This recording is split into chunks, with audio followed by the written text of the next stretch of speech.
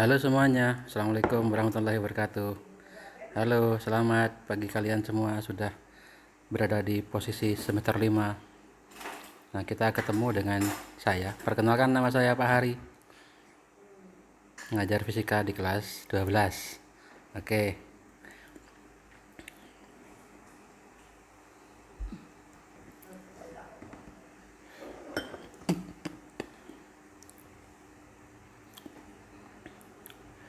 Oke, materi kita di kelas 12 fisika untuk semester 5 ini ada 5 KD yang harus kita selesaikan pada semester ganjil ini. Yang pertama adalah listrik.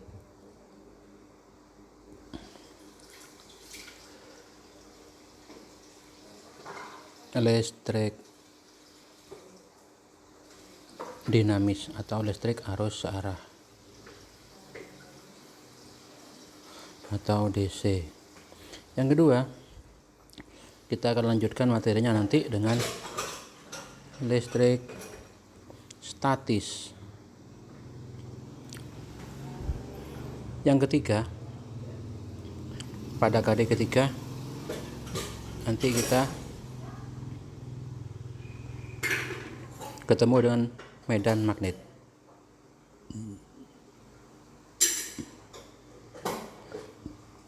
Yang keempat, induksi elektromagnetik.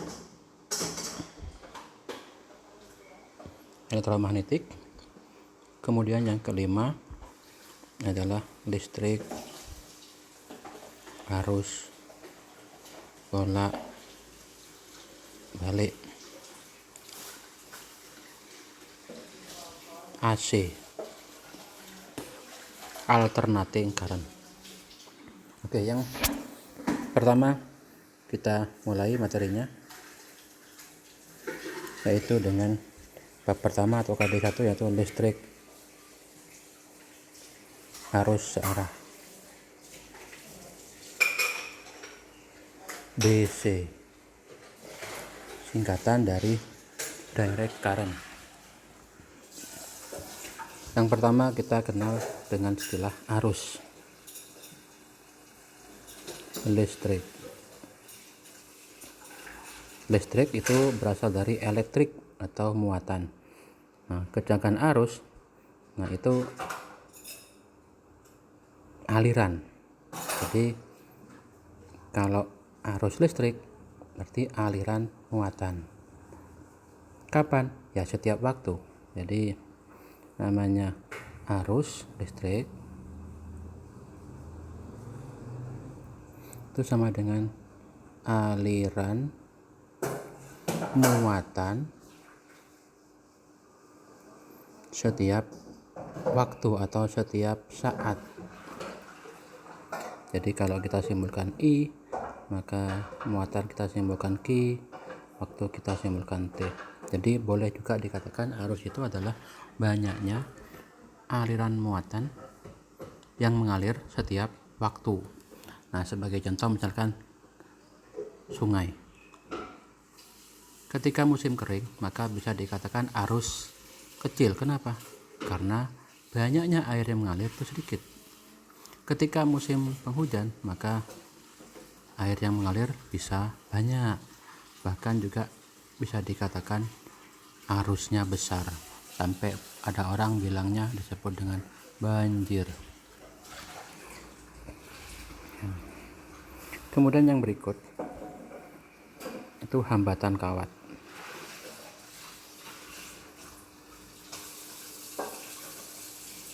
Nah, hambatan atau kita sebut dengan istilah resistor atau resistan itu hambat. Kawat juga punya hambatan. Jadi seandainya saya punya kawat sepanjang L,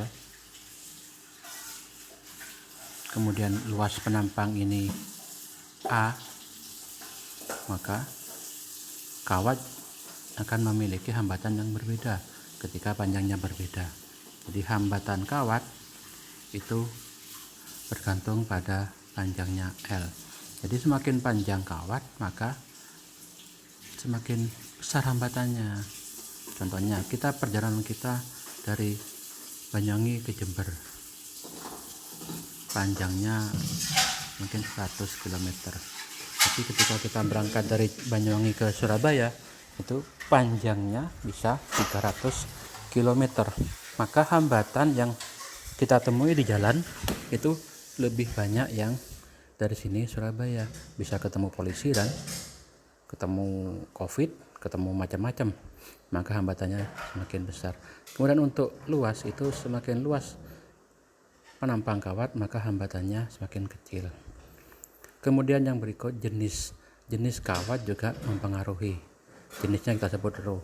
Kita menggunakan kawat tembaga, kita menggunakan besi, kita menggunakan aluminium, maka hambatan jenisnya berbeda, sehingga hambatan kawat bisa kita rumuskan sebagai R sama dengan panjang per A dikalikan rho. Itu tentang hambatan kawat. Kemudian yang berikut, tentang hukum Ohm.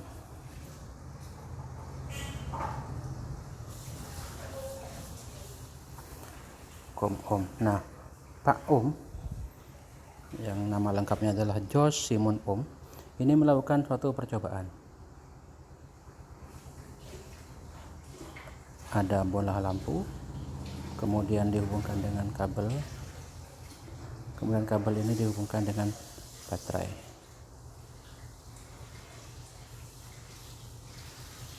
Nah, biasanya baterai ini punya spek sebelah sini ini plus, yang sebelah sini ini. Nah, maka ini disebut memiliki beda potensial atau tegangan. Nah, maka kalau keadaan seperti ini, maka akan mengalir arus sini. I. Ketika arus mengalir, maka lampu ini menyala. Nah, ya kan? Menyala. Nah, kemudian percobaan ini dilakukan oleh Pak Ohm itu dengan mengganti baterai. Baterainya ditambah menjadi 2. Maka arus yang mengalir juga besar. Maka lampunya sekarang menjadi lebih nyala lagi, lebih terang lagi. Kemudian Pak Ohm mengganti baterai menjadi 3 baterai. Nah, maka juga akan menjadi lebih terang. Baterainya tambah lagi menjadi 4. Maka lampu menyala lebih terang. Nah, kemudian Pak Ohm mempunyai hasil dari percobaan ditampilkan dalam satu grafik, yaitu V dan I.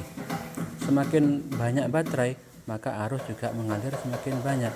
Itu ditunjukkan dengan nyala lampu yang lebih terang. Nah, maka grafiknya adalah grafik naik. Artinya ketika V-nya naik, maka I-nya juga naik. Contoh, misalkan baterainya 4 volt, maka mengalir arus 2 ampere. Ketika baterainya 6 volt, maka arus yang mengalir adalah 3 ampere. Ketika baterainya 8 volt, arus yang mengalir adalah 4 ampere. Nah, dari grafik ini, ketika kita bandingkan antara nilai V dan nilai I, maka 4 dibagi 2, 2, 6 dibagi 3, 2, 8 dibagi 4, 2. Maka nilainya adalah tetap. Nah, kita lihat percobaan. Yang kita rubah tadi adalah banyaknya baterai, sehingga nilai tegangannya berubah, arusnya juga berubah. Tapi lampu yang kita pakai tadi tidak kita rubah, tetap lampu itu saja. Cuma menyalanya menjadi berbeda ketika baterainya juga berbeda. Nah, yang tetap itu adalah lampu. Nah, lampu itu memiliki spek yang kita sebut dengan hambatan lampu atau resistor lampu. Jadi V per I sama dengan R, atau I sama dengan V per R. Nah, ini yang disebut dengan hukum Ohm. Jadi bunyi dari hukum Ohm, arus mengalir jika ada beda potensial dan berbanding terbalik dengan hambatan. Oke, yang berikut adalah hukum 1 Kirchhoff.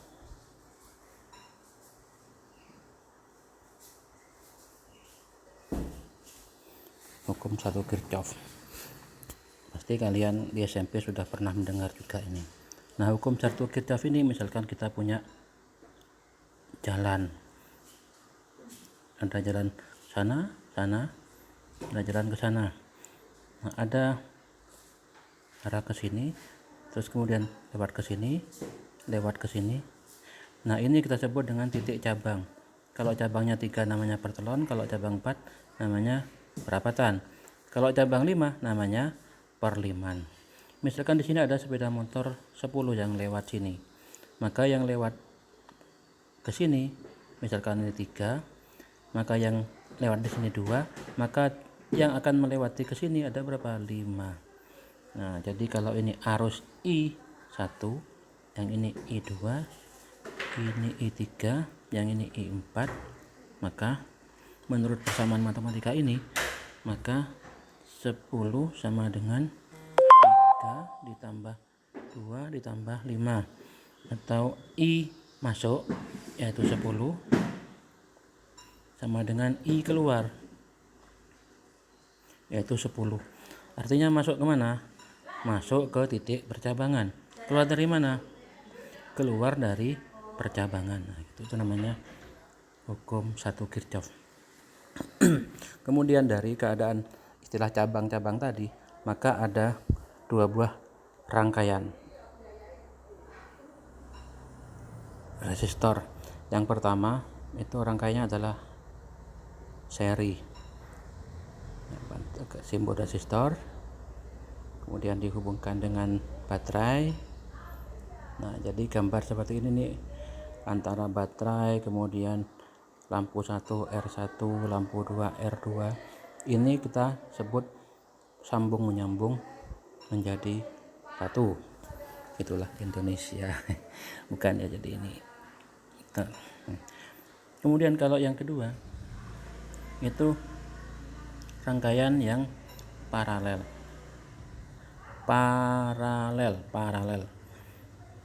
Jadi tadi kalau ini namanya rangkaian yang bercabang. Kemudian dihubungkan dengan baterai. Jadi yang ini lampu R1, ini lampu R2, yang ini baterai. Nah, ini yang kita sebut dengan cabang. Maka paralel itu artinya bercabang. Kalau seri ini tidak bercabang, artinya tetap sambung menyambung menjadi satu. Keunggulan dari paralel, ketika kita matikan lampu 1, maka lampu 2 akan tetap menyala. Tapi ketika kita pakai seri, nah di sini terputus, maka kedua lampu akan mati. Maka kita menggunakan rangkaian paralel. Jadi rumah tangga kita itu listriknya dipasang secara paralel. Ketika siang hari lampu-lampu kita matikan, tapi TV kita hidupkan masih bisa. Jadi mati satu, yang lain masih hidup. Jadi bukan mati satu tumbuh 1000, tapi mati satu, yang lain masih tetap menyala. Kalau rangkaian seri, kalau dimatikan satu akan mati semua. Nah, gitu. Oke, itu sementara penjelasan awal tentang listrik arus searah. Maka yang berikut adalah latihan soal. Soal yang pertama, kita punya 2 buah lampu ya. Misalkan lampu, kemudian kita hubungkan dengan baterai. Nah, yang tadi kan baterainya ada yang panjang berarti lebih panjang, yang pendek berarti kurang panjang. Ini namanya berarti tegangan. Ini lampu 1, ini lampu 2. Ini kita sebut rangkaian A. Kemudian yang berikut kita merangkai yang paralel.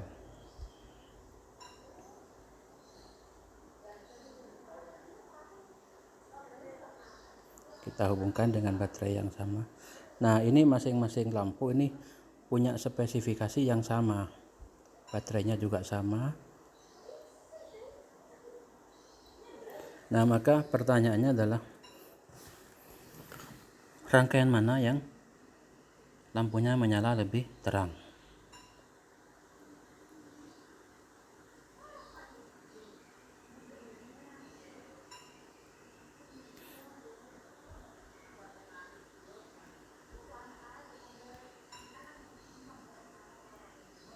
terang. Jelaskan alasanmu apa. Nah, terus soal nomor 2, saya memiliki 4 lampu dengan spek yang sama juga.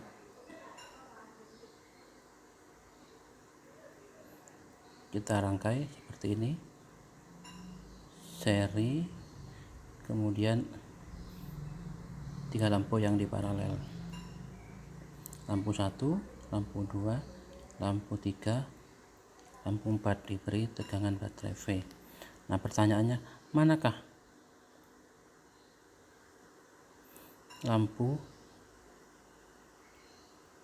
yang menyala lebih terang?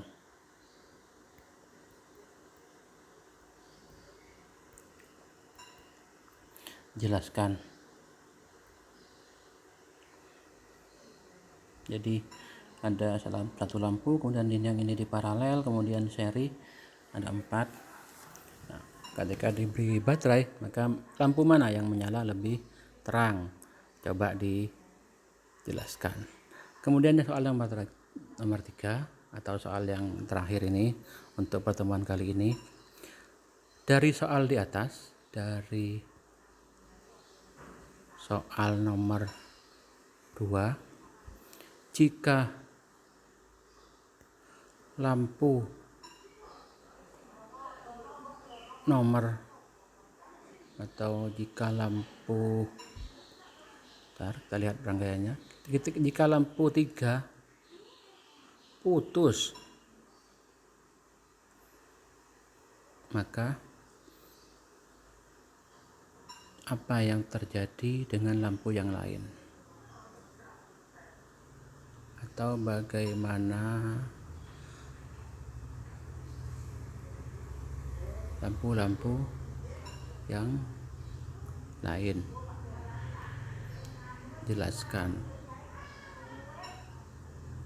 Misal lampunya menjadi nyala lebih terang atau lampunya menyala redup.